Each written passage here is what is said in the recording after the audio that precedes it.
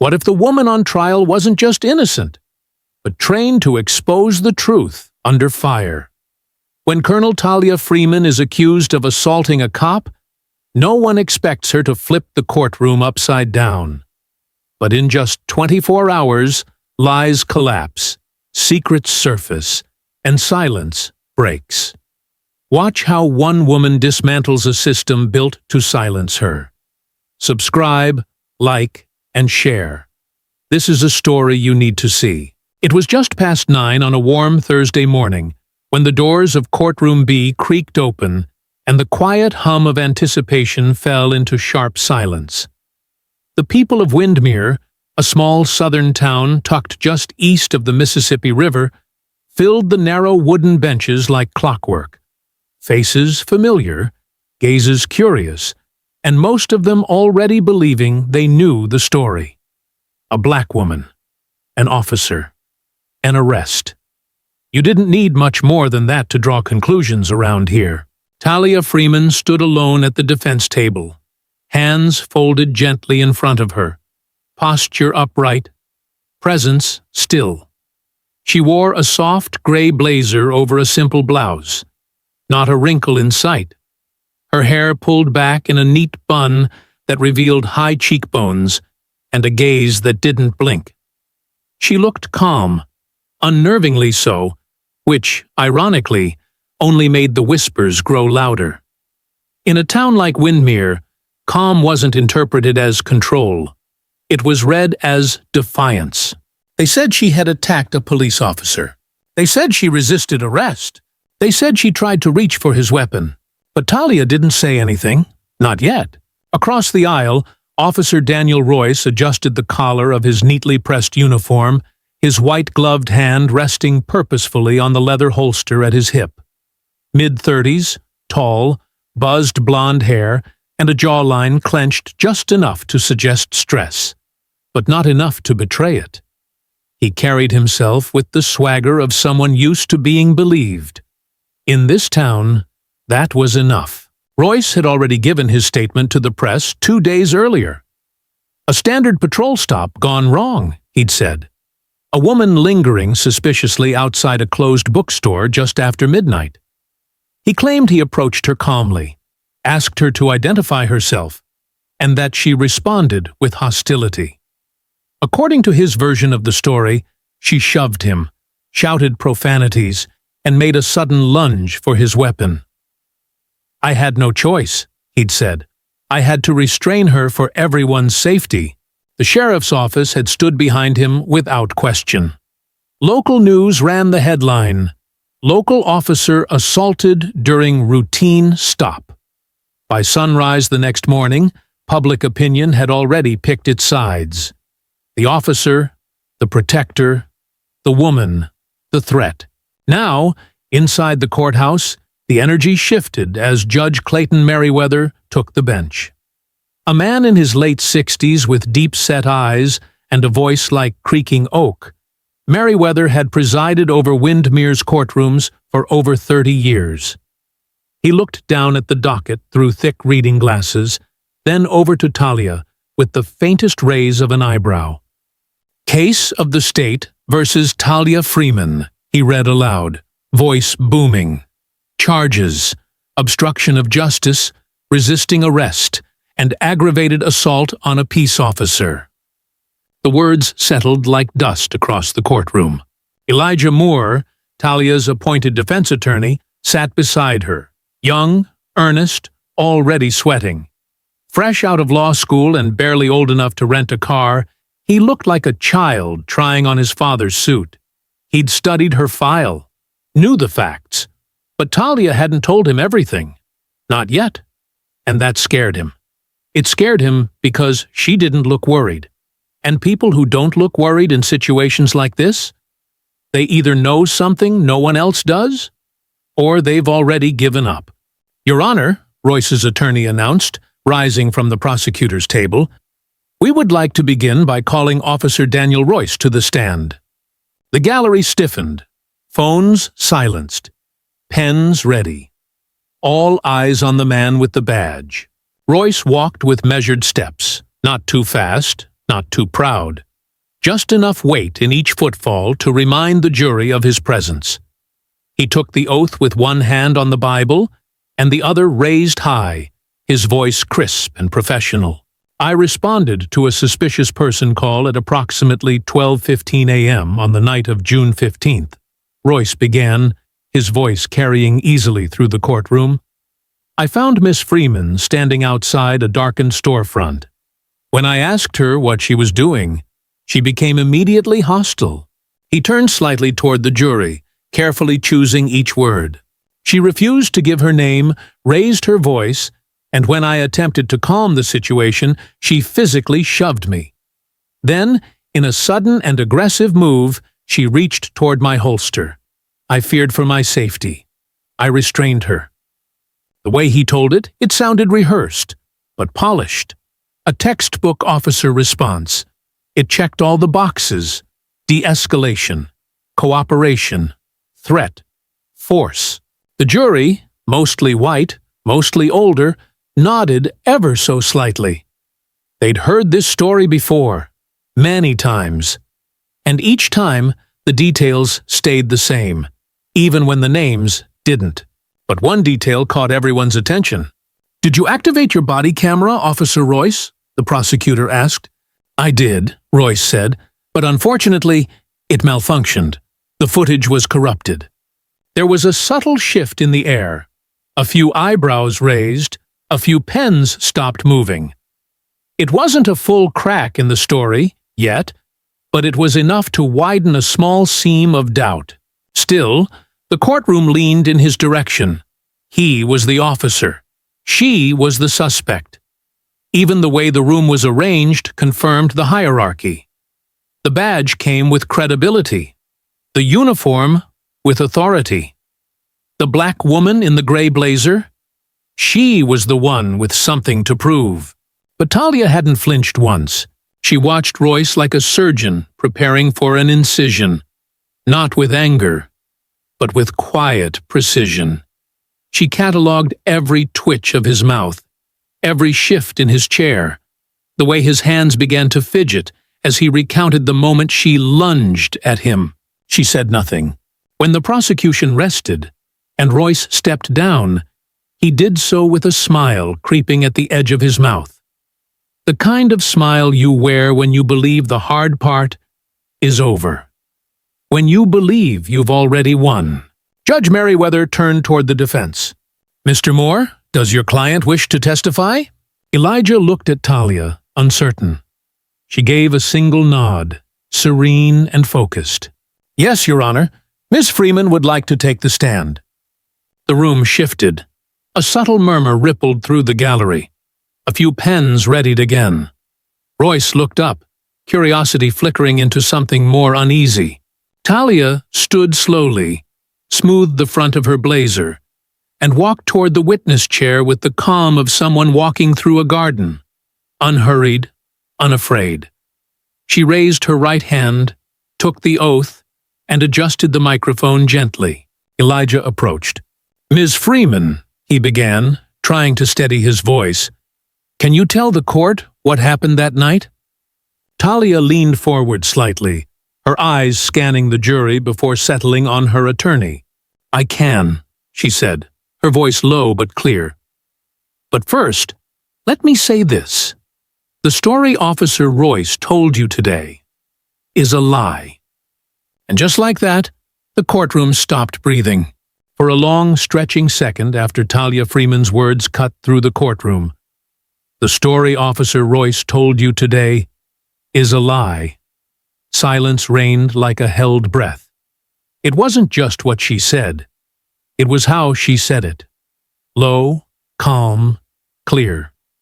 The kind of voice that didn't waver, didn't shout, didn't beg to be believed. It simply was. Even the air seemed to pause, unsure whether it should rush toward chaos or settle into stillness. Judge Merriweather blinked. The prosecutor stiffened. Officer Royce, seated once more at the plaintiff's table, shifted in his chair, the smirk that had held strong all morning faltering for the first time. And through it all, Talia Freeman didn't move. In that moment, Every person in the room began to sense what they hadn't before. There was something different about this woman, something layered beneath her soft-spoken demeanor and modest clothes. Something more. Talia was 45. Not that anyone in the room could guess it from looking at her. Her posture was too perfect, her stillness too controlled. She sat on the witness stand like a pillar rooted in bedrock, not a woman falsely accused. There were no visible signs of fear, no trembling fingers, no quivering lip, no anxious glance toward the door. She sat upright, spine straight, eyes sharp, hands folded with purpose. Her blouse was crisp, her blazer perfectly tailored, but it wasn't fashion that commanded attention. It was composure. And for Elijah Moore, seated at the defense table watching her speak with the grace of someone reading truth off a script she'd memorized 100 times, that composure was both reassuring and unsettling. He was supposed to be the one guiding her, leading her through the legal gauntlet.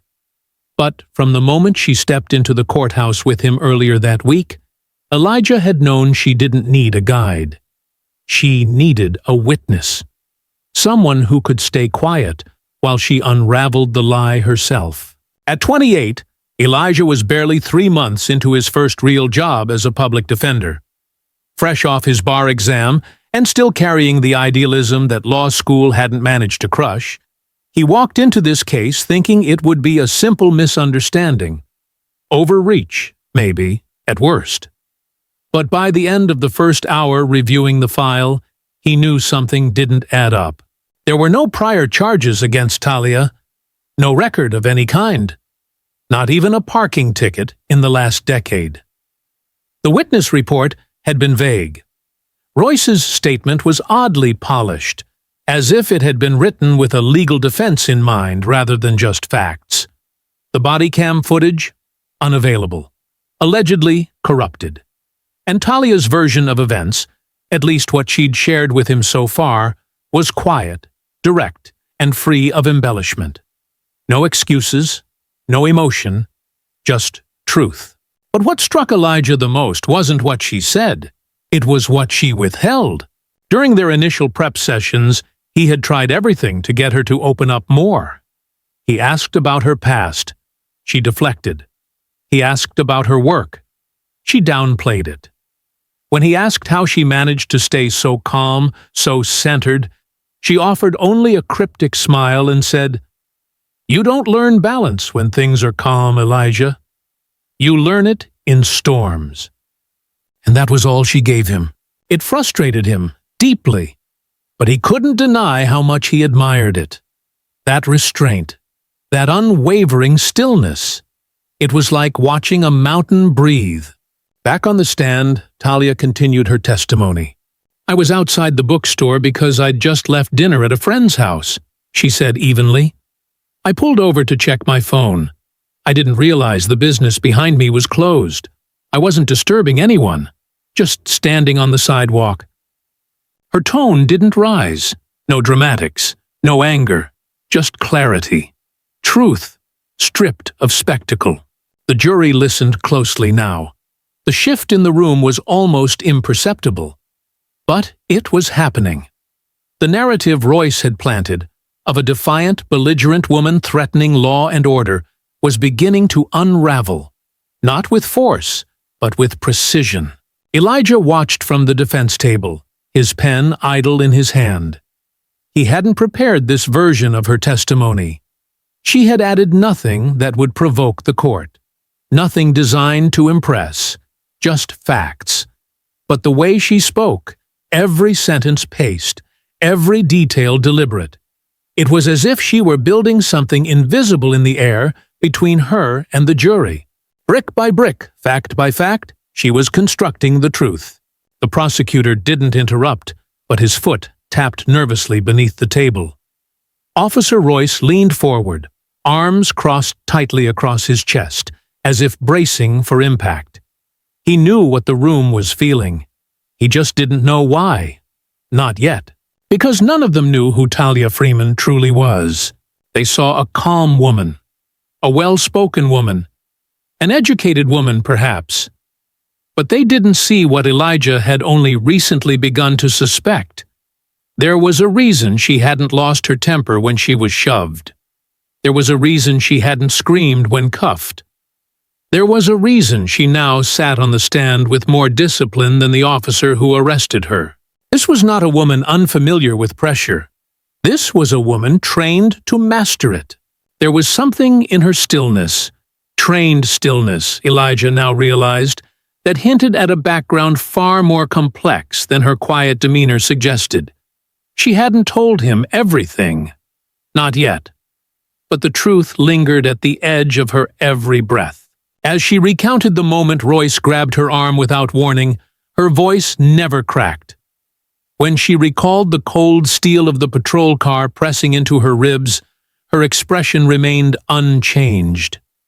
But Elijah noticed it. The way her left hand subtly clenched just once when she said the words, "He told me I needed to learn how to listen." She was letting the courtroom in. Just enough. Just one door at a time. And it was working. Elijah had seen juries sway before, even in mock trials. It always happened in the same rhythm. A moment of doubt, a glance exchanged, a subtle lean forward.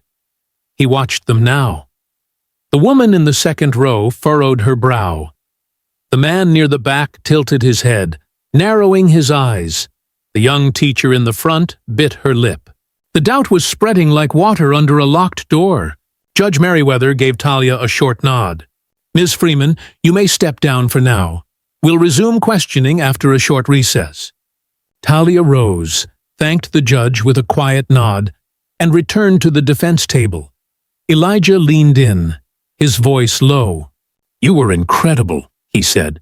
"They're listening to you now. Really listening." Talia offered him a faint smile. "They're only just beginning," she replied, her eyes never leaving Officer Royce. "Storm hasn't even started yet." And as the court emptied for recess, Elijah finally understood. She wasn't just composed. She was trained for battle, and she was just getting started. Officer Daniel Royce took the stand like a man stepping onto a stage he'd performed on a dozen times before. Measured pace, chin up, uniform creased to perfection. Confidence radiating off him like heat off asphalt in the middle of July. The courtroom watched him shift into position with the same reverence they reserved for veterans and hometown heroes. After all, in Windermere, a man in uniform wasn't just respected. He was believed. And Royce knew it. You could see it in the way he adjusted the microphone. The subtle flex of his jaw. The glance he tossed toward the jury like he'd already won them over. He'd seen the tide starting to shift after Talia Freeman's calm, clear testimony. He'd felt the faint tremor beneath the courtroom floor, the unspoken question forming behind furrowed brows and hesitant nods. But he wasn't worried. Not yet. Because Daniel Royce didn't rely on truth. He relied on performance. And this was his performance. "Officer Royce," began Prosecutor Leland Stokes, a man who spoke like he'd been born in closing arguments, "you've already told the court about the events leading up to the defendant's arrest. But for clarity, would you walk us through what you observed when you arrived at the scene?" Royce leaned forward slightly, folding his hands in front of him. His tone was calm, controlled. But there was something in it, a faint theatricality that hinted he wasn't just recounting facts, he was crafting a narrative. "Of course," he said, voice smooth as river rock. "It was approximately 12:15 in the morning. I was responding to a call from dispatch regarding suspicious activity outside Dalton's bookstore. Lights off, doors locked. I arrived to find Miss Freeman standing on the sidewalk near the entrance. She appeared agitated, pacing, holding something in her hand." He paused, just long enough to let imaginations run wild. "I exited my vehicle and approached her. Standard protocol. I asked what she was doing there. She immediately became confrontational. raised her voice, refused to identify herself, said, and I quote, "You don't have the right to question me." Royce's eyes flicked toward the jury, the corners of his mouth turning up just enough to project calm authority. I tried to de-escalate, gave her space, repeated the request for ID. That's when she shoved me hard and reached toward my weapon. A beat. Silence. He let the weight of that last line settle into the air like the sound of a gavel falling. The courtroom leaned in.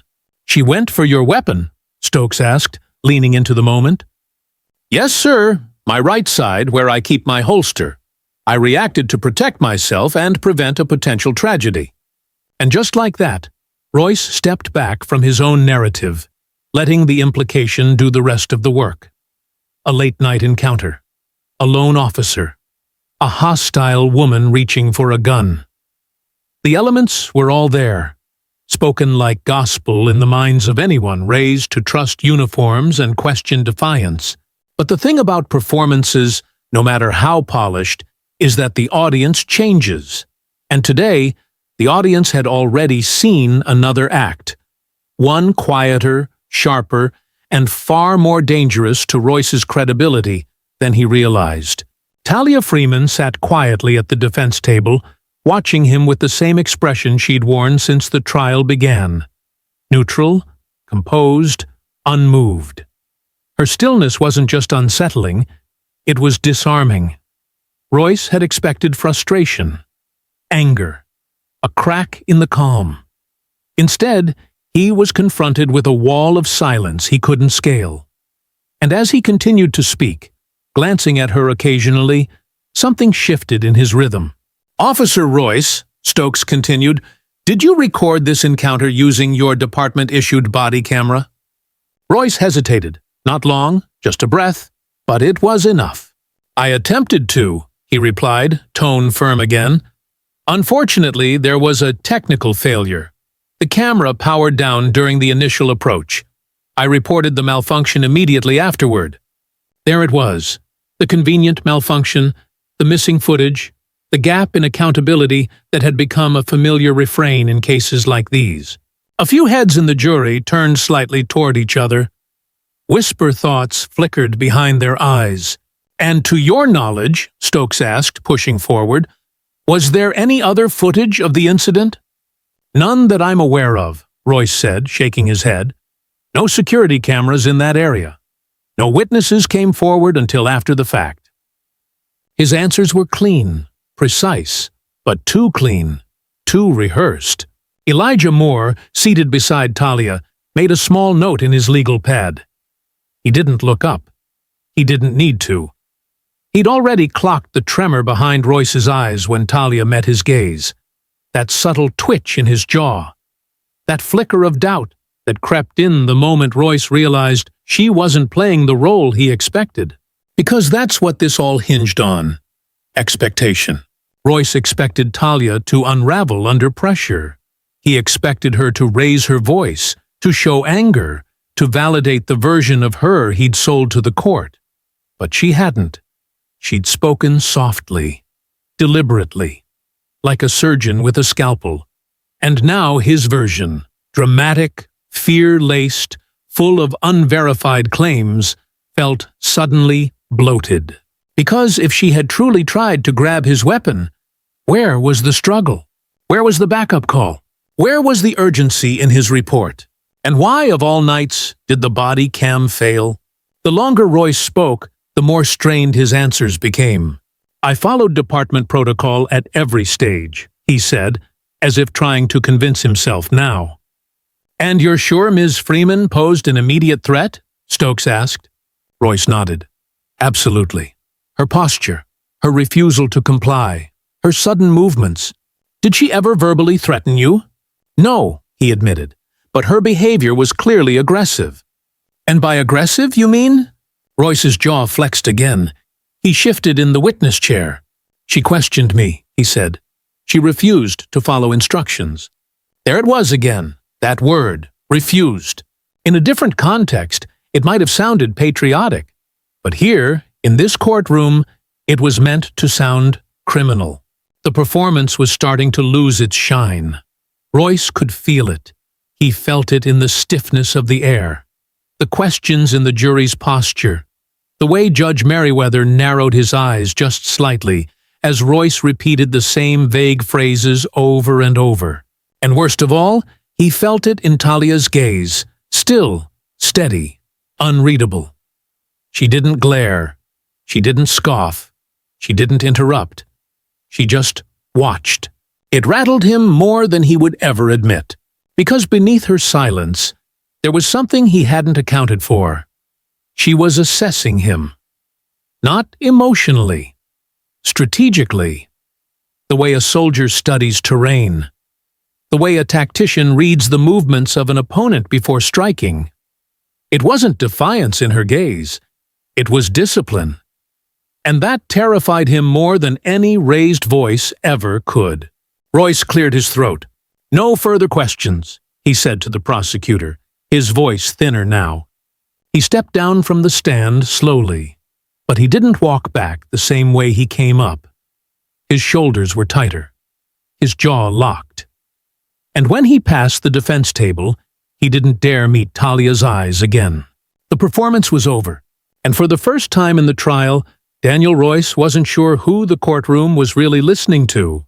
The courtroom hadn't quite recovered from Royce's performance when Judge Merriweather turned his weary eyes to the defense table.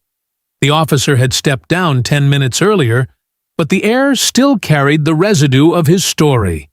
Aggressive woman, midnight confrontation, body cam failure, sudden threat. It was the kind of story that had won cases before. Not because it was true, but because it sounded familiar.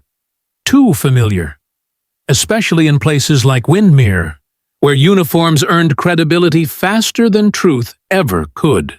But now it was Talia Freeman's turn, and if anyone expected her to counter Royce's fire with fire, to stand tall and declare her innocence with volume and fury, they hadn't been paying attention. She didn't rise with dramatics. She didn't adjust her blazer or take a deep breath. She simply stood, steady and unhurried, as if walking into a room she already owned. Her steps were quiet, deliberate, unshaken. When she reached the witness stand and placed her hand on the Bible, her fingers didn't tremble. She took the oath with the same restraint she'd worn since the trial began. Composed, silent, ready. Elijah Moore, sitting at the defense table, felt his own heart pounding in his chest. Talia didn't show it, but he knew what this moment meant. It was more than her freedom. It was her truth, the kind of truth that had been waiting to speak for too long in too many rooms where it was never invited. When she took the seat behind the microphone and adjusted it with one slow motion, the courtroom went still. Not out of respect, at least not yet, but out of tension. Talia Freeman was still, to most in that room, a question mark. And questions make people nervous. Judge Merriweather gave a nod. "You may proceed, Mr. Moore." Elijah rose, holding his notepad in one hand, but he didn't glance at it. He didn't need to.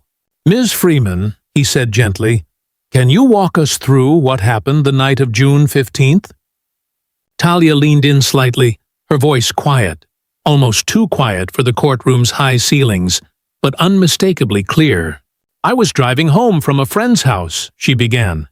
"It was late, just past midnight. I realized I missed my turn, so I pulled over near the corner of Oak and 7th to check my phone for directions." She paused, not for effect, but to allow space for the truth to breathe. "I was standing on the sidewalk, not in the street, not in front of the store's door, just standing, with my phone in my hand. I didn't see anyone around, didn't hear anything unusual. Then a patrol car pulled up behind me." Her voice remained measured, steady as water flowing over stone. "The officer, Mr. Royce, stepped out and shined his flashlight directly into my eyes. He asked me what I was doing there. I told him. I said I was checking directions. He asked for my ID. I asked if I had done anything wrong. Talia glanced at the jury, just briefly, enough to meet their eyes, to let them feel the sincerity in her tone. That's when things shifted. His voice changed. He raised it, not yelling, but enough to let me know he wanted control. I told him again I wasn't doing anything wrong. I didn't yell. I didn't curse. I didn't run. I didn't touch him. I just asked a question. There was movement in the courtroom now. Tiny things. The judge uncrossed his arms. One juror leaned forward, elbow resting on his knee. Even Prosecutor Stokes tapped his pen twice, then stopped, realizing he was listening too closely. Talia continued. He grabbed my left wrist, tight. I told him to let go. I told him he didn't have the right to touch me like that I hadn't broken any law. And that's when he said it. Women like you need to learn how to listen.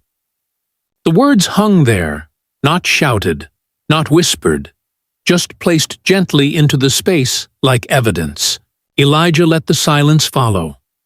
Let the jury feel the weight of it. The phrase wasn't just offensive, it was telling. It revealed motive, ego, the seed of the entire encounter. I didn't resist, Talia said softly. I wasn't resisting. I was refusing to be degraded. That sentence landed like thunder. Low and distant at first, but unmistakable. A slow wave of realization began to build inside the room. Elijah nodded, stepping closer. Ms. Freeman, did you at any point shove Officer Royce?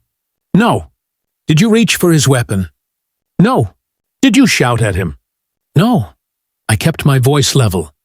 Even when he slammed me against the patrol car, that last sentence triggered a ripple through the gallery. People shifted. A cough from the back. A reporter's pen stuttered mid-word. I told him he was hurting me, she said. He didn't care. He wanted control.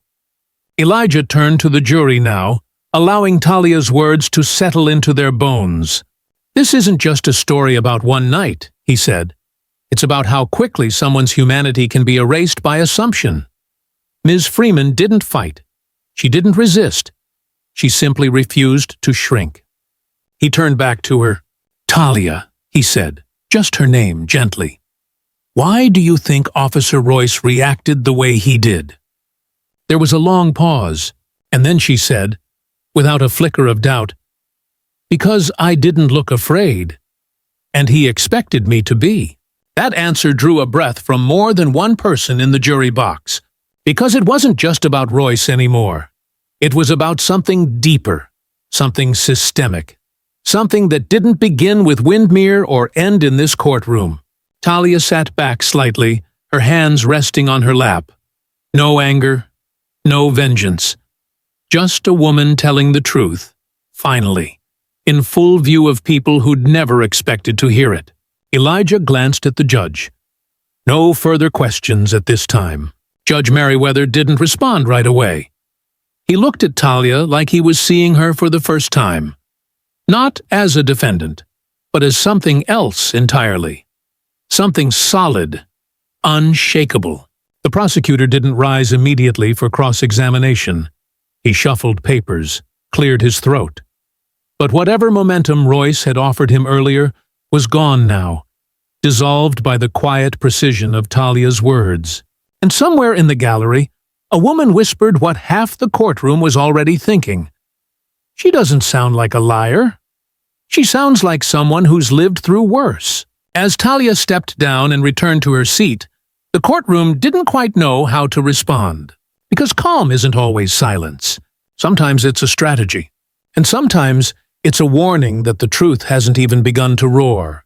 The courtroom had settled into an uneasy quiet after Talia Freeman's testimony, the kind of quiet that didn't come from satisfaction or resolution, but from disturbance.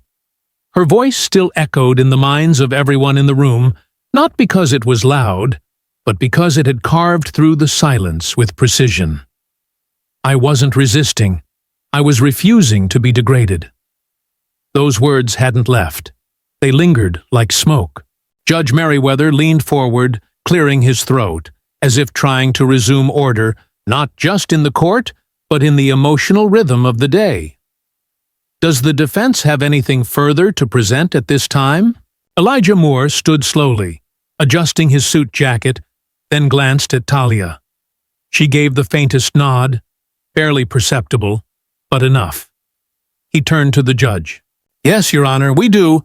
A murmur fluttered across the courtroom, subtle and uncertain. Prosecutor Stokes sat up straighter, and Officer Royce, who had been trying to recover his composure since Talia stepped down, shifted in his seat. "We'd like to submit new evidence into the record," Elijah continued, his voice calm, but weighted with purpose. "Evidence that directly contradicts the testimony given by Officer Royce." Stokes was on his feet instantly. "Objection, Your Honor. The defense had ample time to submit evidence prior to this point." "Sit down," Judge Merriweather said sharply, his voice a hammer wrapped in velvet. "Let's see what the defense has." Elijah reached into his briefcase and retrieved a small USB drive. "This video," he said, holding it like a pin about to puncture something sacred, "was submitted anonymously to our office late last night. It was recorded by a bystander who happened to be parked across the street from the incident. The footage was time-stamped and matches the time of Officer Royce's report, down to the minute." At this, Royce visibly stiffened. The bravado in his posture, the quiet arrogance he'd carried all week, began to crack. His shoulders didn't sit as squarely. His hands, once confidently folded on the table, began to clench. Judge Merriweather gestured to the court officer. "Load the video." The USB was inserted. A flicker of light filled the screen at the front of the room. The gallery leaned forward. The jury collectively stilled. Even the sound of rustling papers ceased. The footage wasn't perfect, shaky, slightly obstructed by the frame of a car window, but what it lacked in polish, it delivered in truth. The timestamp in the corner read 12:16 a.m. The scene showed a lone woman, Talia, standing quietly on the sidewalk, phone in hand. A patrol car pulled up. A white officer stepped out. Royce. His flashlight beamed directly into her eyes. The video had no zoom, no fancy angles, just raw footage of the moment as it unfolded. "What are you doing here?" Royce's voice rang out, clipped and cold. "I'm checking directions," came Talia's calm reply. "Let me see some ID. I haven't done anything wrong." The camera caught the moment Royce stepped closer. No raised voice from Talia. No shoving. No sudden movement. Just a woman standing her ground. Then, the moment that froze the entire courtroom. Royce reached out and grabbed her wrist, hard. "You don't get to question me," he snapped. "Women like you don't get to talk back." A collective gasp burst from the gallery. Someone whispered, "Oh my God!"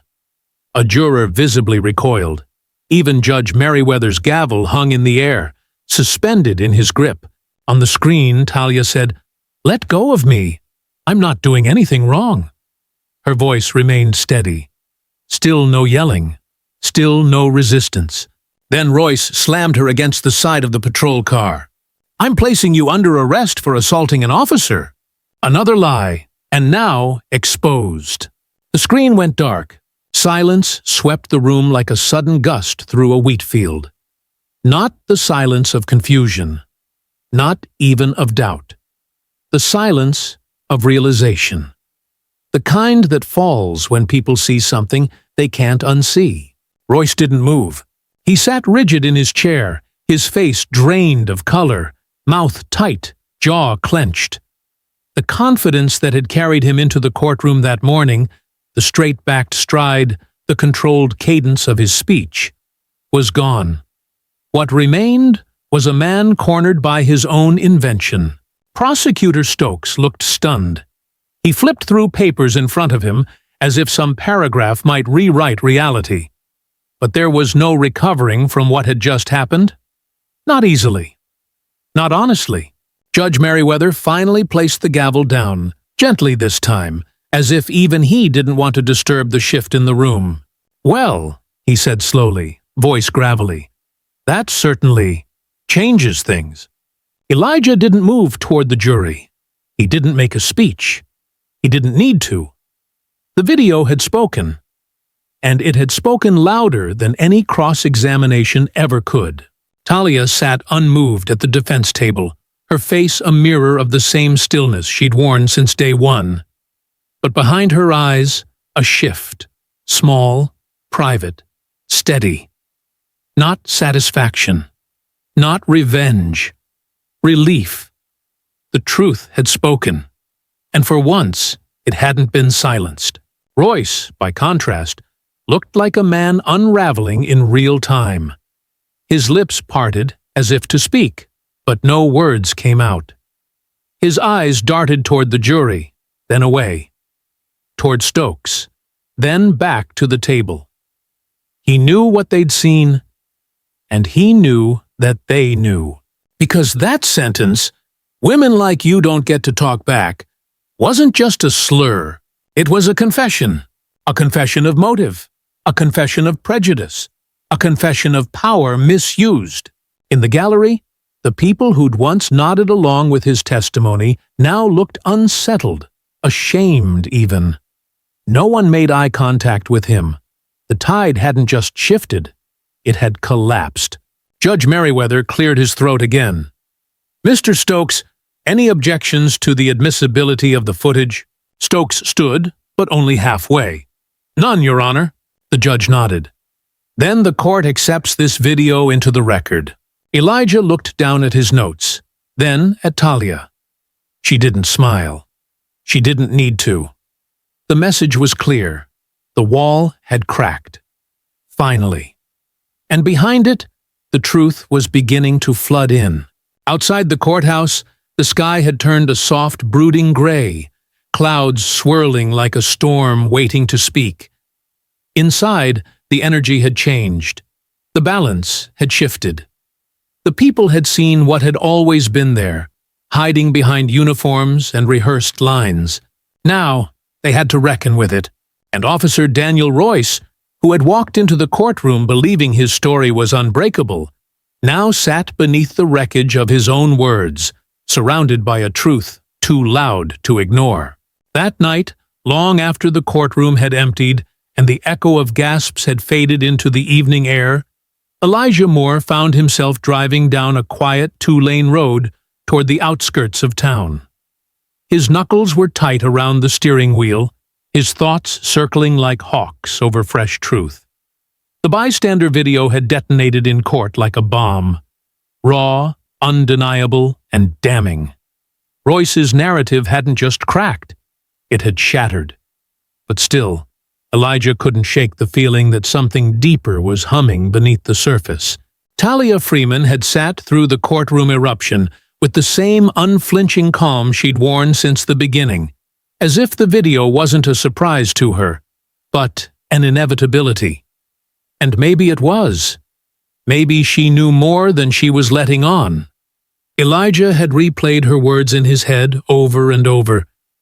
They're only just beginning. The storm hasn't even started yet.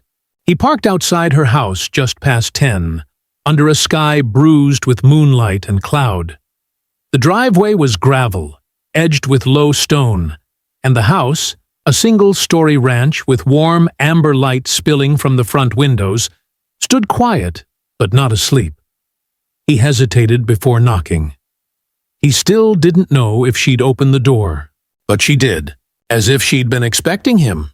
She stood barefoot on the hardwood floor, wearing a plain navy blue sweatshirt and soft, worn jeans. Her hair, usually tucked with precision, now fell in loose waves over her shoulders. For the first time since they'd met, Elijah saw her outside the armor of the courtroom. But even here, in the safety of her home, her eyes were sharp. Not guarded, just always watching. "Come in," she said softly, stepping aside. Elijah entered slowly, uncertain whether he was stepping into a living room or a shrine. The space was simple, clean, and uncluttered. A few books on the shelf, a single leather armchair next to a reading lamp. But the walls, those stopped him cold. Above the mantel hung a triangular case holding a perfectly folded American flag. Beneath it, 2 rows of medals shimmered in the warm light. Bronze, silver, a few adorned with stars. Nearby, framed commendations lined the hallway, each engraved with official seals and military crests. The names on them all read the same: Colonel Talia J. Freeman. Elijah turned slowly, his gaze drawn to a large photograph in a burnished black frame. It showed a younger Talia in fatigues, standing at the front of a sand-colored tent in a far-off desert. Behind her, a small team of men and women stood in formation. All wore the same look: respect. "I thought I was defending a teacher," he said quietly. Talia smiled faintly, then walked past him and returned moments later with a leather-bound file.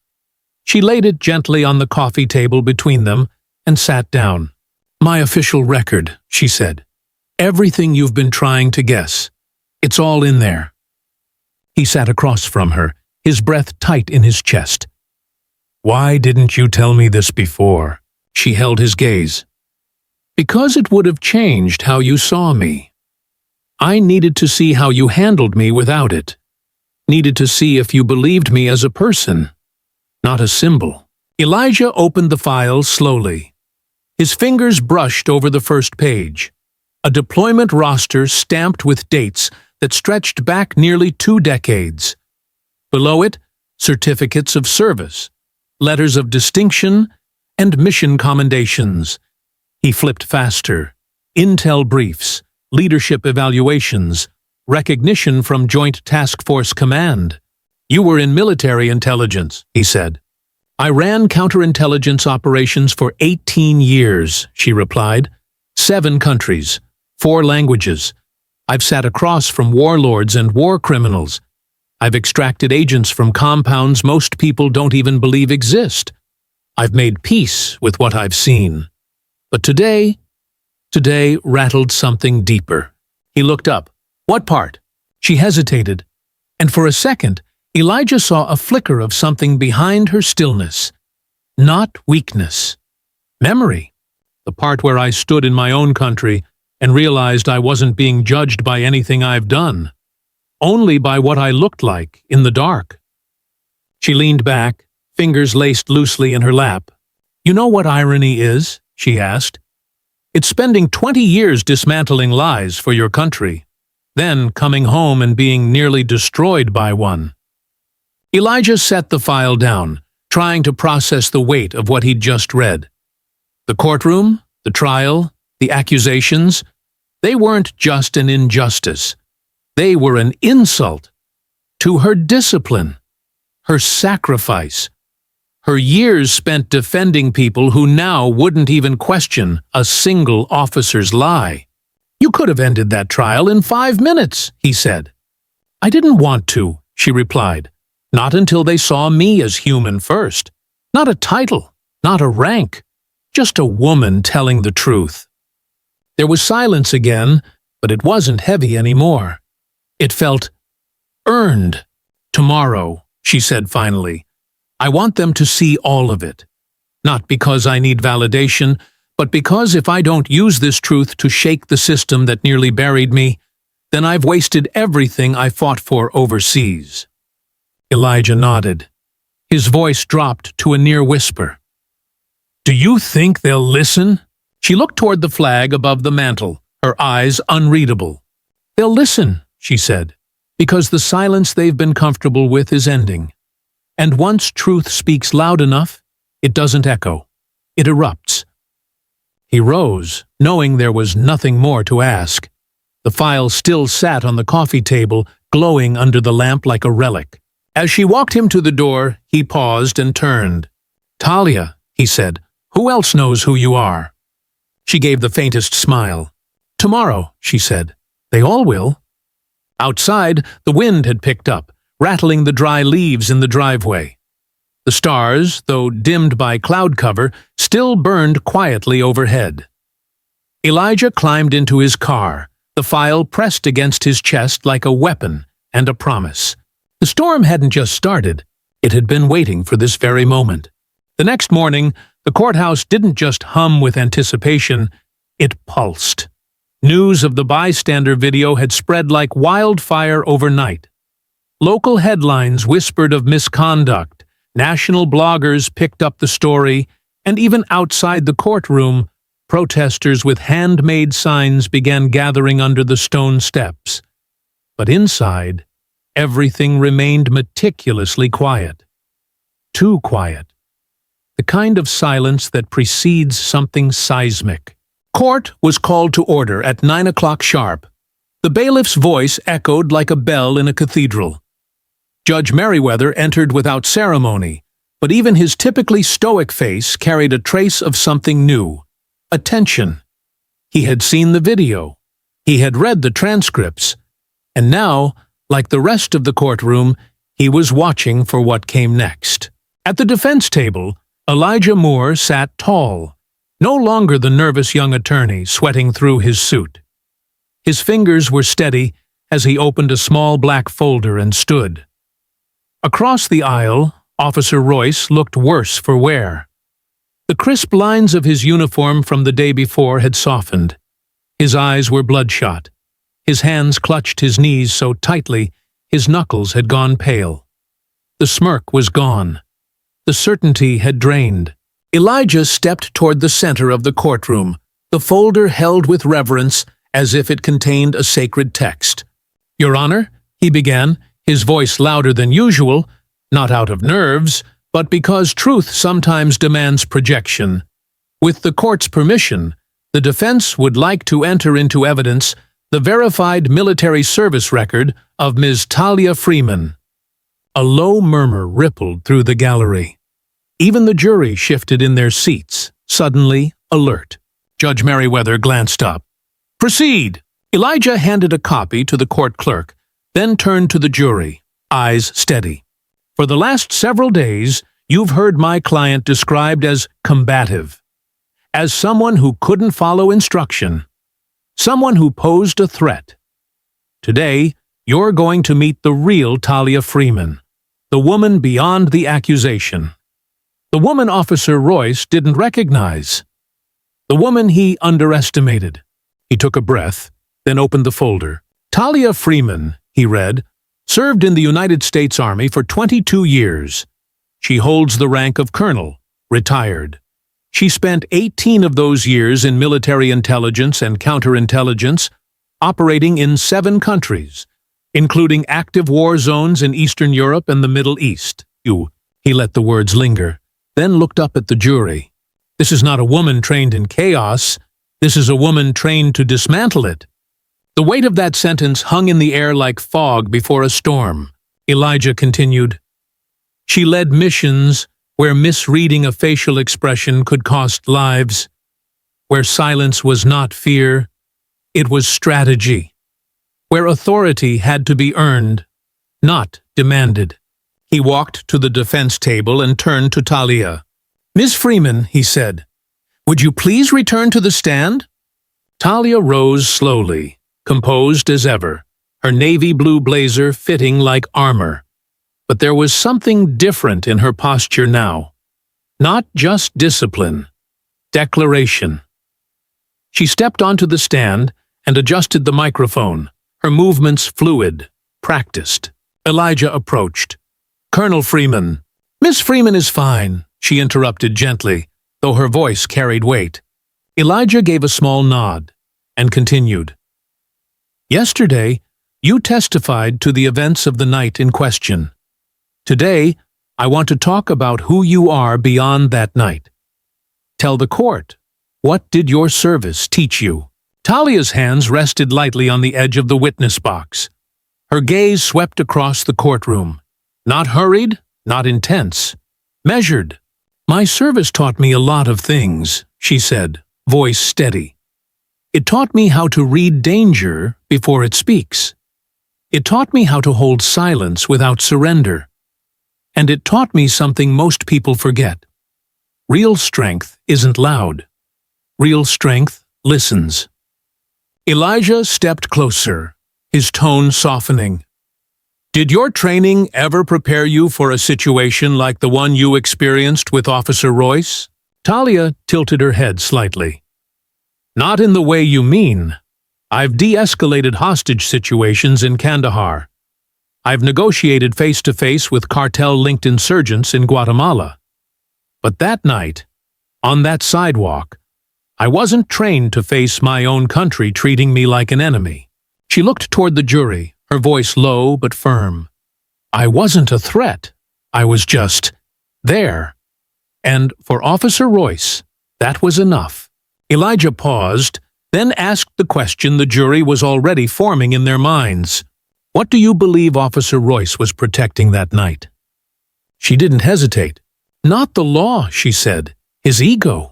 Gasps fluttered through the courtroom, but Talia remained composed, her face unreadable. When I questioned his authority, she said, he didn't hear curiosity. He heard challenge. And instead of answering, he acted. Not to enforce the law, but to remind me where he believed I belonged. Elijah let the silence linger this time. Then, and where is that, Ms. Freeman? She sat up straighter. Anywhere I have the right to be, which includes a sidewalk, which includes this courtroom, which includes standing up for myself without being thrown against a car. She looked at the judge, then the jury. I didn't raise my voice that night. I didn't raise my hands. I raised a question. And apparently, for people like me, that's still dangerous. The room fell silent, not in shock this time, but in recognition. Elijah took a step back, his voice steady. No further questions, Your Honor. Judge Merriweather nodded slowly. Ms. Freeman, you may step down. She did, walking back to the defense table with that same stillness she always carried, except now everyone understood it. It wasn't detachment, it was restraint. Not passivity, command. The jury watched her like she was someone who had just revealed the answer to a riddle they hadn't realized they were trying to solve. Even Prosecutor Stokes didn't rise. His shoulders had dropped. His notes remained untouched. He looked, for the first time in the trial, like a man without a plan. Royce wouldn't meet her gaze. His eyes were fixed on a spot near the floor, his hands motionless in his lap. The courtroom was no longer his stage. It belonged to the truth now. Judge Merriweather cleared his throat and adjusted his glasses. We'll break for recess and resume shortly with closing arguments. The gavel struck. But the moment didn't end, because Talia Freeman had just done what few could. She had turned silence into strength, truth into testimony, and strategy into revelation. And the court would never look at her, or the uniform she once wore, the same way again. The courtroom returned from recess with a heavy silence, not the kind that asked for attention, but the kind that warned it. You could feel the shift, even in the way the gallery settled back into their seats. The drama of the morning had not been spectacle. It had been revelation.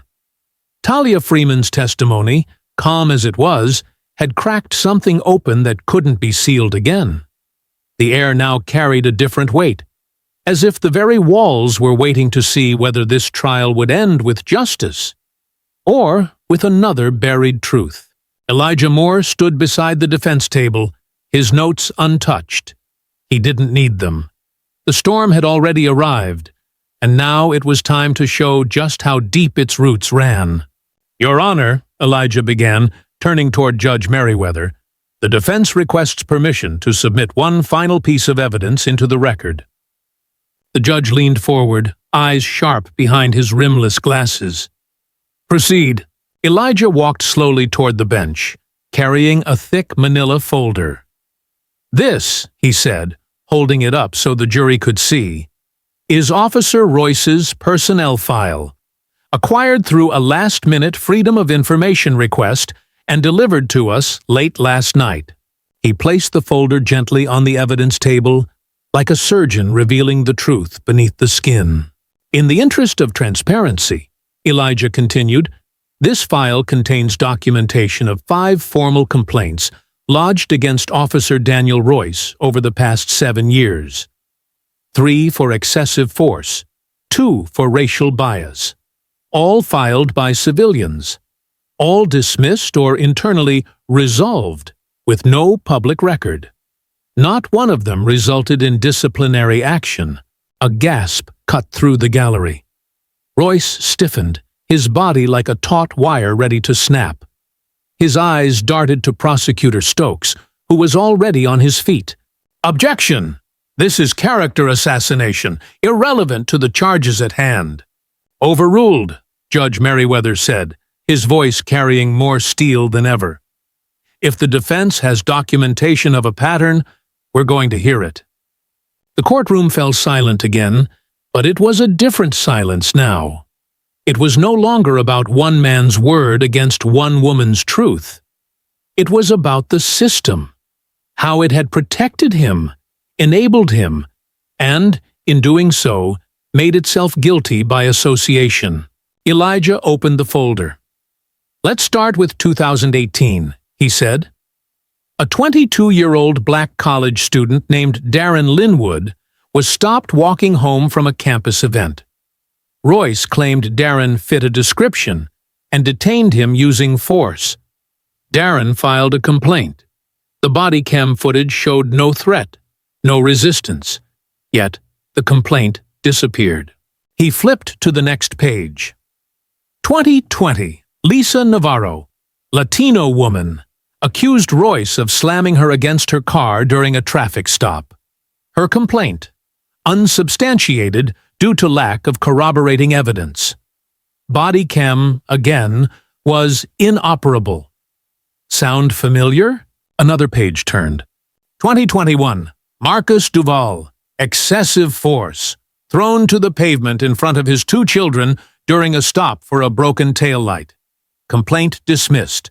Officer Royce received a commendation that same quarter. With each entry, the jury leaned closer.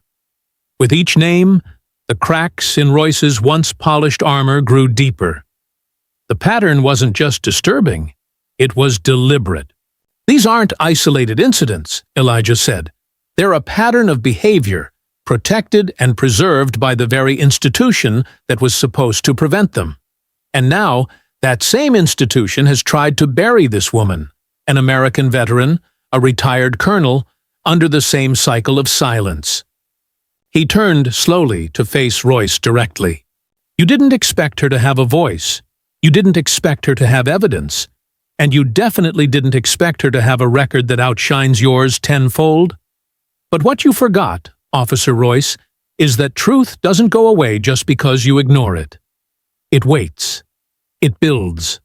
And when it finally speaks, it speaks louder than you ever will." Royce's face flushed deep red. He shifted in his seat, his jaw tight, lips pressed into a pale, angry line. The jury was no longer looking at him with trust. They were studying him now, evaluating him the way he had once evaluated others, through a windshield or flashlight beam, searching for excuses to justify force. But there were no excuses left here. Just a man caught in the collapse of his own protection. Prosecutor Stokes rose again, this time without objection, but with something close to resignation. He spoke in hushed tones with Royce, who was now visibly unraveling, tugging at the collar of his shirt, eyes cast downward, one leg bouncing beneath the table like a piston of nervous energy. Judge Merriweather cleared his throat and turned toward the court officer. "Have those files copied and distributed to the jury. I want them read into the record." Elijah nodded once, then returned to his seat beside Talia, whose expression had not changed. She hadn't smiled. She hadn't flinched. She simply watched the system crack around her, piece by piece, lie by lie. Judge Merriweather leaned forward, resting both hands on the bench. "This court is deeply concerned by what's been presented here today," he said, his voice slow, deliberate. "It is not only troubling that Officer Royce's record contains multiple complaints of this nature, but it is more troubling that none resulted in serious review or action. He turned his gaze directly on Royce. As of this moment, I am ordering an independent investigation into Officer Royce's conduct. This court will also recommend a formal review of the Windermere Police Department's Internal Affairs Division and complaint handling procedures. The gallery erupted, not in cheers, but in stunned silence, followed by a wave of whispered relief.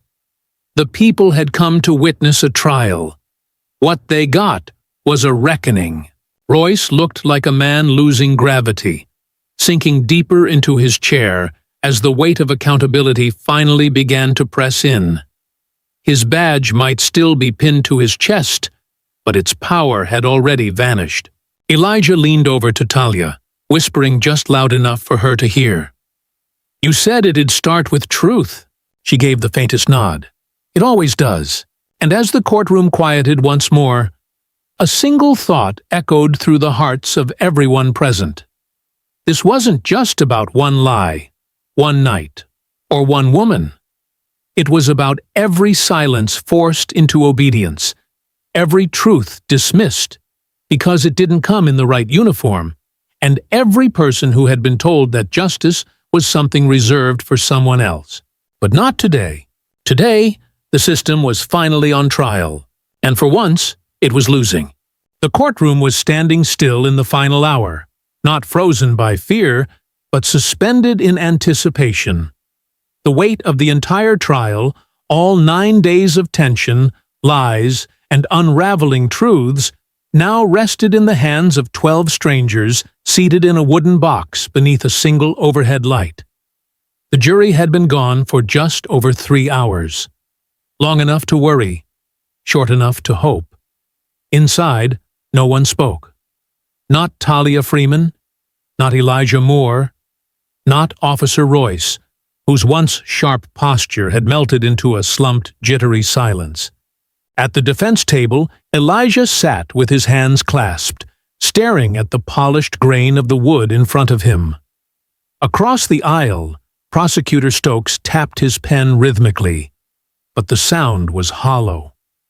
There was nothing left to say, nothing left to hide behind. The truth had been laid bare, page after page, clip after clip, lie after lie. And now, all that remained was judgment. Then, at precisely 2:47 in the afternoon, the bailiff returned. "The jury has reached a verdict." The words dropped like a hammer wrapped in velvet. Quiet, but irreversible. Everyone stood. The jurors filed in, their faces tight with emotion. Some carried sorrow. Others, something closer to resolve. The forewoman, a middle-aged school principal with silver streaks in her hair and kindness in her eyes, clutched a folded piece of paper like it was a verdict on more than just a trial. It was a verdict on a pattern. Judge Merriweather looked out over the courtroom. "Madam Forewoman, has the jury reached a unanimous verdict?" "Yes, Your Honor." "Please read it aloud." She unfolded the paper, hands steady. "In the matter of the state versus Talia Freeman, we, the jury, find the defendant not guilty on all counts." There was no eruption, no thunderous applause, just the sound of people exhaling, as if the courtroom had been holding its collective breath since the first day and could finally breathe again. A wave of silence, then release. Talia didn't move. She didn't gasp, didn't cry. She simply closed her eyes for a brief moment, like someone quietly thanking gravity for staying constant. Beside her, Elijah let out a slow breath, one hand gripping the edge of the table. He didn't speak, either. There were no words worthy of the moment. But the jury forewoman wasn't finished.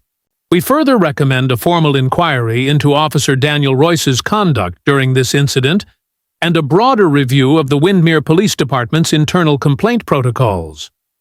That, broke the silence. Gasps, whispers, a single nod from Judge Merriweather, who tapped the gavel once, softly.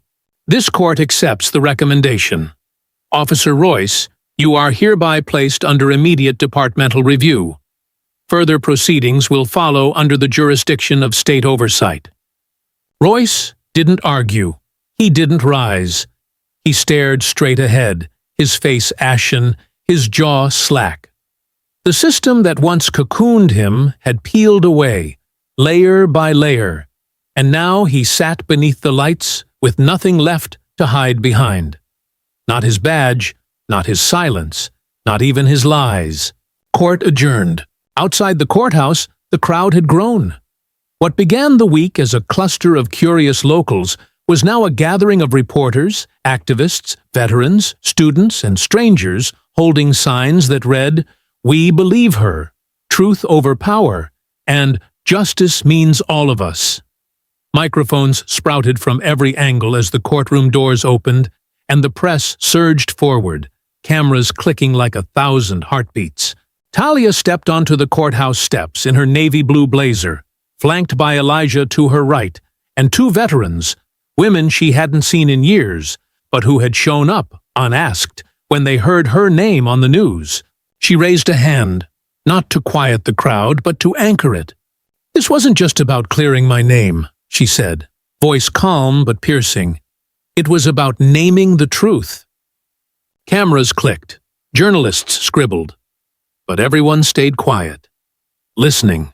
"Authority doesn't come from a badge," she continued. "It comes from integrity, and no one, no matter their title, their uniform, or the institution behind them, gets to decide who matters and who doesn't. Not in this country, not in my country." A hush fell over the crowd, the kind that only comes when truth walks into the open with its head held high. She turned toward Elijah, gave a brief nod of thanks, then back to the crowd. "If you've ever been silenced, if you've ever been ignored, profiled, pushed aside, or told your voice doesn't carry weight, let this moment remind you. It does. And you don't need to scream to be heard. You just need to stand." With that, she stepped down from the courthouse steps and into the flood of people, not as a defendant, but as a force. Behind her, the courthouse doors closed. Ahead of her, the world was listening. Within 24 hours, Talia's speech was on national news. Within 48, it went viral. Veterans organizations issued statements of support. Former victims of wrongful arrest came forward. Hashtags emerged. Editorials ran in papers from Atlanta to Chicago. "I Was Talia" began trending by day 3. Civil rights groups used her case as a new benchmark. Police reform advocates cited the court's rare agreement to investigate internal complaint systems as a turning point. Talia Freeman had never wanted to be a symbol, but she had become one anyway. Not for defiance, but for discipline. Not for spectacle, but for strategy. She had shown that justice doesn't always roar. It sometimes walks in on quiet feet, carrying truth like a blade. Royce was suspended without pay. Investigations revealed more than anyone had expected. Memos lost, recordings overwritten, reviews closed without follow-up. He wasn't alone, and that was the point. The problem wasn't just a man. It was a system designed to forget what it didn't want to face. Policy changes began within weeks. Cameras mandated. Complaint procedures overhauled. Transparency laws reintroduced in Windermere's city council and, eventually, taken up in 3 more counties. Talia didn't return to the battlefield. She didn't need to. She started speaking at universities, veterans' roundtables, justice reform panels, always in that same voice, steady, clear, unshaken. Because the echo of a truth well spoken never really fades. It shapes, it calls, it builds. And long after a courtroom gavel strikes for the last time, long after the files are closed and the headlines move on, what remains is what Talia Freeman carried from day 1. The calm before the storm, and the storm that never needed to raise its voice to win. What happened to Talia Freeman is not just a courtroom drama. It's a national lesson. A decorated Army colonel, trained to dismantle threats with intelligence, discipline, and precision, was nearly silenced by a lie told with confidence and protected by a system built on familiarity, not truth. But she didn't shout. She didn't break. She stood still and let the truth speak louder than fear. Her story reminds us that justice isn't automatic. It's earned, fought for, and protected by those brave enough to confront it. What began as a false accusation ended in a courtroom reckoning, not because one person demanded it, but because one person endured it. In a time where authority is too often confused with integrity, Talia's calm dismantling of the system around her teaches us a vital truth. Silence in the face of injustice is never neutral. It's complicity. She didn't just clear her name, she cleared a path. For the man walking home at midnight, for the woman who asked one question too many, for the teenager whose only crime is their skin, for you. Her quiet courage lit a fire that others now carry. Proof that the system doesn't change when we wait for permission. It changes when we demand it, document it, and expose it. So here's the call. Don't let this story fade. Let it fuel you. Let it remind you that power unchecked becomes dangerous. But truth, spoken or silent, is still the strongest weapon we have. If this story moved you, don't stop here. Like the video, share it with 5 people, post it, text it, talk about it. Subscribe to the channel so you don't miss the next story that dares to challenge comfort and awaken conscience. Change doesn't come from the top. It begins right here. One voice, one truth, one action at a time. You have the power to keep this echo alive. Use it. Because somewhere right now, someone else is standing where Talia once stood, alone, accused, unseen, and your voice might be the one that turns silence into justice. Stand with her. Stand for them. Stand for what's right. Subscribe now. Let the next truth be louder.